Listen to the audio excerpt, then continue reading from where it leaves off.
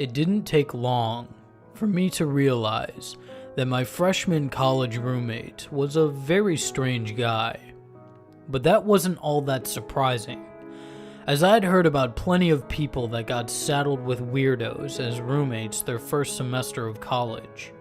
He wasn't strange in the sense of being a LARPer, or never taking showers or anything like that, but from the moment I met him, something just seemed off. Move-in day was pretty odd. The first thing I remember is being surprised at how old he looked when I met him. From the roommate info card that I had received from my university over the summer, I knew that my roommate's name was Zach, and he was from a town called Zionsville, a suburb of Indianapolis. I thought that he was an 18-year-old freshman like me, but he looked like he was maybe 4 or 5 years older than that. Oh well, I thought. It had been 2 months since I read that roommate card, so I figured I was simply mistaken, and that he was just one of those guys that waited a few years before going to college. Now, all that Zach brought with him to move into our dorm was a duffel bag and clothes. No furniture, no computer, no belongings, nothing. He didn't even bring bedding. I asked him if that was all he had, and after an awkward pause he said that he was bringing the rest of his stuff later. For the next hour, I went about setting up our room. Zach sat down at the desk that came with the room and pulled an iPod out of his back pocket. So he did have at least some other things, I thought to myself. He put his headphones on, and while doing so, he would just watch me or look out the window. I tried talking to him while doing this, but his answers would be pretty short. Are your parents here with you today? No. Do you know what you want your major to be yet? No. Do you know anyone else here at DePaul? No. After another half hour of feebly trying to converse with him, Zach says, "That's a pretty girl. Who is she?" I was holding a framed picture of my girlfriend. What? Oh, that's Andrea. She's my girlfriend. She goes to IU. I set the frame down on the nightstand by my bed, and that was all he said. After another 30 minutes of awkward silence, I have to get out of there, so I go to meet up with the only other guy I know from the school, my buddy Joel. I tell Joel that I think my roommate situation is going to be a disaster this semester. And then we go out to grab a bite to eat. I come back to my room to find Zach is gone, but seeing his duffel bag still lying on the floor. I finish setting up the room and go to bed around 1 o'clock. Zach still isn't back by then. I don't sleep well the first night, but I figure it's due to sleeping in a new, unfamiliar place. I wake up to find Zach sleeping on his mattress with no sheets. During the day, anytime Zach isn't in class, he is in our room just staring out the window with his headphones on. He nods his head if I say hello, but that's about it.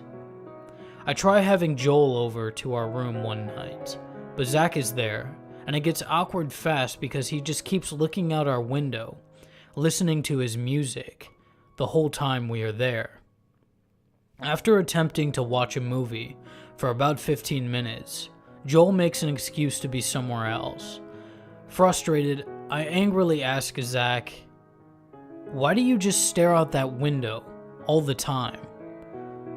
"I just like to people watch. There's so many interesting things to see here." "You're a strange dude, Zach. You need to get out more," I responded. And with that, I followed Joel out. When I catch up with him, he asks me, "What's up with your roommate, man?" "Yeah, sorry. I tried telling you he was a weirdo. He stares out that window all the time. He said he likes to people watch. Well, he was probably homeschooled or something. Maybe his parents were really strict and he isn't sure how to handle the wild college life," replies Joel. "Yeah, maybe. It's just that he looks like he's 23. You would think that he's lived a little. When I go to bed again that night, Zach is once again gone. I have another restless night, and when I wake, I see that he is once again sleeping on his blank mattress. He must have come in quietly while I was asleep. I notice that my computer screen is on, which is odd, because I thought I had turned it off when I went to bed. Oh well, not the first time my screen turned on because a draft moved the mouse. A few more days go by and I'm still not sleeping terribly well. But I think it probably isn't helping that I'm staying up much later than I ever did at home. Each night, Zach is gone when I go to bed late, and he is asleep on his mattress when I wake up in the morning. I can't figure out where he would be, since I have never seen him talk to anyone other than me. I'm pretty sure he doesn't have any friends. Thursday night of that first week, I'm doing some homework at my desk, and Zach, per usual, is just staring out the window like a creep, listening to his iPod. Hey, where do you go every night? You're never here when I go to bed, and I've been up pretty late each night. He didn't respond immediately, but finally said, I like to go for walks at night. I like the quiet. At 2 o'clock in the morning? Yes. Did you do that at home too? Did your parents just let you walk around late at night? Again, long pause. I lived in a pretty small town, so it was safe. My parents didn't really care. I thought you were from Zionsville. Isn't that pretty much Indianapolis? Another longer pause. Finally, Zach says, I'm going for a walk, and walks out the door. Late that night, I'm startled awake to find Zach just standing next to my bed, looking at me. Jesus, oh God, Zach, what the hell are you doing? You about gave me a heart attack. You look very peaceful when you sleep. What? I say groggily. What the hell are you talking about? You look very serene as you sleep. I envy that. Thoroughly creeped out, I say, I gotta take a piss. I didn't have to pee, but just wanted to get away from Zach.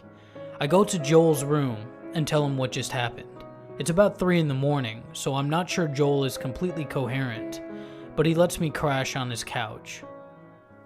The next day, between classes, I share with Joel again how uncomfortable Zach is starting to make me.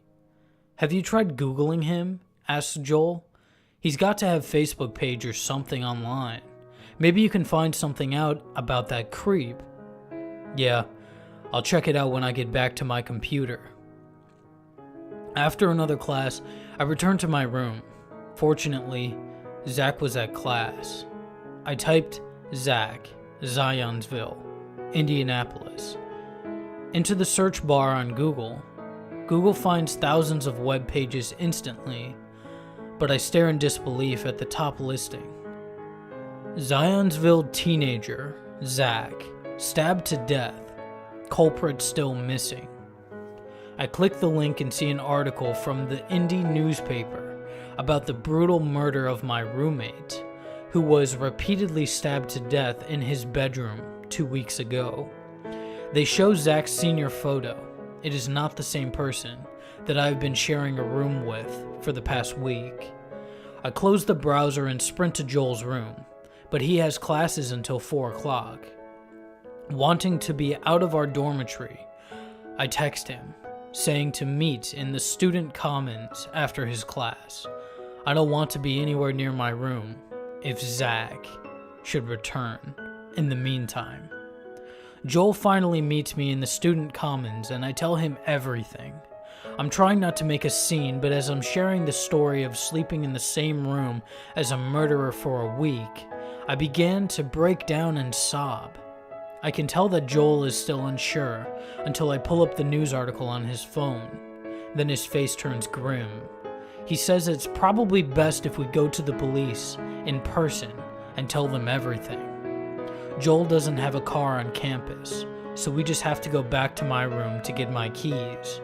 I'm incredibly nervous, but Joel says if we happen to see Zach, we'll just act normal and say we are going out to eat. No big deal. I peek into my room and sigh with relief as I realize that he isn't there. As I grab the keys from my desk drawer, I notice that my computer screen has 2 tabs open on it. There is my web history. The second tab is the news article about Zach's murder. "Shit!" I scream. "He was here and saw this." I glance around the room and see that his duffel bag is now gone. We gotta get to the police now. Who knows where this psycho is? As I'm running out of the room, I notice something odd. The picture of Andrea, my girlfriend, is no longer sitting on my nightstand.